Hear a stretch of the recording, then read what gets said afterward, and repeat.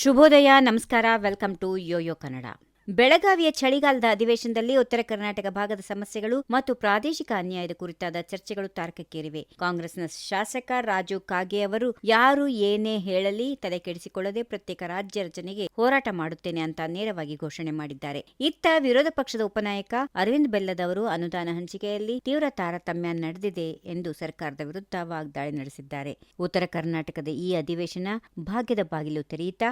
ನಾಯಕರ ಖಡಕ್ ಮಾತುಗಳೇನು ನೋಡೋಣ ಬನ್ನಿ. ಉತ್ತರ ಕರ್ನಾಟಕ ಕುರಿತು ಚರ್ಚೆಯಲ್ಲಿ ಭಾಗವಹಿಸಿ ಮಾತಾಡಿದ ಕಾಂಗ್ರೆಸ್ ಶಾಸಕ ರಾಜು ಕಾಗೆ ಯಾವುದೇ ಸಂಘ ಸಂಸ್ಥೆಗಳು ಅಥವಾ ಯಾರು ಏನೇ ಹೇಳಲಿ ನಾನು ತಲೆ ಕೆಡಿಸಿಕೊಳ್ಳದೆ ಪ್ರತ್ಯೇಕ ರಾಜ್ಯ ರಚನೆಗೆ ಹೋರಾಟ ಮಾಡುತ್ತೇನೆ ಎಂದು ಘೋಷಣೆ ಮಾಡಿದ್ದಾರೆ. ಈ ವಿಚಾರವಾಗಿ ಪ್ರಧಾನಿ ಮತ್ತು ಮುಖ್ಯಮಂತ್ರಿಯವರಿಗೆ ಪತ್ರ ಬರೆದಿದ್ದೇನೆ. ಈಗಲೂ ನನ್ನ ನಿಲುವಿನಲ್ಲಿ ಯಾವುದೇ ಬದಲಾವಣೆ ಇಲ್ಲ ಎಂದು ಕಾಗೆ ಸ್ಪಷ್ಟಪಡಿಸಿದ್ದಾರೆ. ನೀರಾವರಿ, ಶಿಕ್ಷಣ, ಆರೋಗ್ಯ ಸೇರಿದಂತೆ ಎಲ್ಲಾ ಕ್ಷೇತ್ರಗಳಲ್ಲೂ ನಮ್ಮ ಭಾಗವನ್ನ ನಿರ್ಲಕ್ಷಿಸಲಾಗಿದೆ ಎಂದು ಅವರು ಆರೋಪಿಸಿದ್ದಾರೆ. ಹಾಗೆಯೇ ಕಿತ್ತೂರು ಕರ್ನಾಟಕ ಭಾಗಕ್ಕೆ 5,000 ಕೋಟಿ ನೀಡುವುದಾಗಿ ಪ್ರಕಟಿಸಲಾಗಿತ್ತು. ಆದರೆ ಈವರೆಗೂ ಹಣ ಬಂದಿಲ್ಲ. ಪ್ರತಿಯೊಂದಕ್ಕೂ ನಾವು ಬೆಂಗಳೂರಿಗೆ ಹೋಗುವುದಕ್ಕೆ ಆಗುವುದಿಲ್ಲ. ಪ್ರಜಾಸೌಧ ನಿರ್ಮಾಣಕ್ಕೆ ಕಡೂರಿಗೆ 16 ಕೋಟಿ ಕೊಡ್ತಾರೆ, ಆದರೆ ನನ್ನ ಕ್ಷೇತ್ರಕ್ಕೆ ಸೇತುವೆಗೂ ಹಣ ಸಿಗಲ್ಲ ಅಂತ ಕಾಗೆ ಆಕ್ರೋಶ ಹೊರಹಾಕಿದ್ರು. ನಾನು ಏನೇ ಮಾತಾಡಿದ್ರು ಸರ್ಕಾರದ ವಿರುದ್ಧ ಮಾತಾಡುತ್ತಾರೆ ಎಂದು ಬಿಂಬಿಸಲಾಗುತ್ತೆ, ಆದರೆ ನಮ್ಮ ಗೋಳು ಕೇಳುವವರು ಯಾರು ಎಂದು ನೇರವಾಗಿ ಪ್ರಶ್ನಿಸಿದ್ರು. ವಿರೋಧ ಪಕ್ಷದ ಉಪನಾಯಕ ಅರವಿಂದ್ ಬೆಲ್ಲದ ಮಾತಾಡುತ್ತಾ, ಬೆಳಗಾವಿಯಲ್ಲಿ 13 ಅಧಿವೇಶನಗಳು ನಡೆದರೂ ಇಲ್ಲಿ ಕೇವಲ ಚರ್ಚೆ ಮಾತ್ರ ನಡೆದಿದೆ. ಉತ್ತರ ಕರ್ನಾಟಕ ಭಾಗ್ಯದ ಬಾಗಿಲು ತೆರೆಯಬಹುದು ಎಂಬ ನಮ್ಮ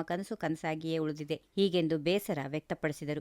ನೀರು, ನೀರಾವರಿ, ಶಿಕ್ಷಣ ಸೇರಿದಂತೆ ಕಾನೂನು ಸುವ್ಯವಸ್ಥೆ ನಿರೀಕ್ಷೆ ಹುಸಿಯಾಗಿದೆ ಎಂದು ಬೆಲ್ಲದ ಸರ್ಕಾರದ ವಿರುದ್ಧ ವಾಗ್ದಾಳಿ ನಡೆಸಿದ್ದಾರೆ. ಇನ್ನು ಇದೇ ವೇಳೆ ಬೆಲ್ಲದ ಅವರು ತಮ್ಮ ತಾರತಮ್ಯದ ವಿಚಾರವನ್ನ ಅಂಕಿಅಂಶ ಸಮೇತ ಪ್ರಶ್ನಿಸಿದ್ದಾರೆ. ಹುಬ್ಬಳ್ಳಿಯ ಕೆಎಂಸಿ ಆಸ್ಪತ್ರೆಯಲ್ಲಿ 2004 ಹಾಸಿಗೆಗಳಿದ್ದು ಅದಕ್ಕೆ ಕೇವಲ 24 ಕೋಟಿ ಅನುದಾನ ಕೊಟ್ಟಿದ್ದಾರೆ. ಆದರೆ 2100 ಹಾಸಿಗೆ ಇರುವ ಬೆಂಗಳೂರಿನ ವಿಕ್ಟೋರಿಯಾ ಆಸ್ಪತ್ರೆಗೆ 76 ಕೋಟಿ ಅನುದಾನ ನೀಡಲಾಗಿದೆ. ಇದು ತಾರತಮ್ಯ ಅಲ್ಲವೇ ಎಂದು ಅವರು ಪ್ರಶ್ನಿಸಿದ್ದಾರೆ.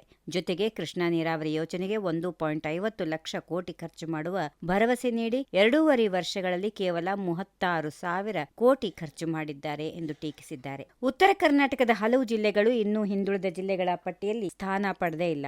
ಉತ್ತರ ಕರ್ನಾಟಕದ 5,000 ಕೋಟಿ ಬಂಡವಾಳ ಹೂಡಿಕೆ ಭರವಸೆ ಕೊಟ್ಟಿದ್ದ ಸರ್ಕಾರ ಸೆಮಿಕಂಡಕ್ಟರ್ ಉದ್ಯಮವನ್ನ ನಮ್ಮ ಭಾಗಕ್ಕೆ ನೀಡದೆ ಕೋಲಾರಕ್ಕೆ ನೀಡಿದೆ ಎಂದು ಬೆಲ್ಲದ್ ಹೇಳಿದರು. ಹುಬ್ಬಳ್ಳಿಯ ಗಂಗೂಬಾಯಿ ಹನ್ಗಲ್ ಗುರುಕುಲವನ್ನ ಕಾಂಗ್ರೆಸ್ ಅಧಿಕಾರಕ್ಕೆ ಬಂದ ಮೇಲೆ ಮುಚ್ಚಿದೆ. ಈ ಗುರುಕುಲ ಮೈಸೂರಿನಲ್ಲಿ ಇದ್ದಿದ್ದರೆ ಮುಚ್ಚುತ್ತಿದ್ದರೆ ಎಂದು ಇದು ತಾರತಮ್ಯ ಅಲ್ಲವೇ ಎಂದು ಅವರು ಪ್ರಶ್ನಿಸಿದ್ದಾರೆ. ಇನ್ನು ಬಿಜೆಪಿ ಉಚ್ಚಾಟಿತ ಶಾಸಕ ಬಸನಗೌಡ ಪಾಟೀಲ್ ಯತ್ನಾಳ್ ಅವರು ಸಕ್ಕರೆ ಕಾರ್ಖಾನೆ ಮಾಲೀಕರ ಸಮಸ್ಯೆಗಳ ಬಗ್ಗೆ ಮಾತಾಡಿದ್ದಾರೆ. ಸಮಸ್ಯೆ ಬಗೆಹರಿಸಲು ಮುಖ್ಯಮಂತ್ರಿಯವರು ಕೂಡಲೇ ಮಾಲೀಕರ ಸಭೆಯನ್ನ ಕರೆಯಬೇಕು ಮತ್ತು ಪ್ರಧಾನಿಯವರ ಬಳಿ ನಿಯೋಗ ಒಯ್ಯಬೇಕು ಎಂದು ಅವರು ಆಗ್ರಹಿಸಿದ್ದಾರೆ. ಒಟ್ಟಿನಲ್ಲಿ ಪ್ರತ್ಯೇಕ ರಾಜ್ಯದ ಕೂಗಿನಿಂದ ಹಿಡಿದು ಪ್ರಾದೇಶಿಕ ಅಸಮತೋಲನದವರೆಗೂ ಉತ್ತರ ಕರ್ನಾಟಕದ ಸಮಸ್ಯೆಗಳು ಇದೇ ಅಧಿವೇಶನದಲ್ಲಿ ಪ್ರತಿಧ್ವನಿಸಿವೆ.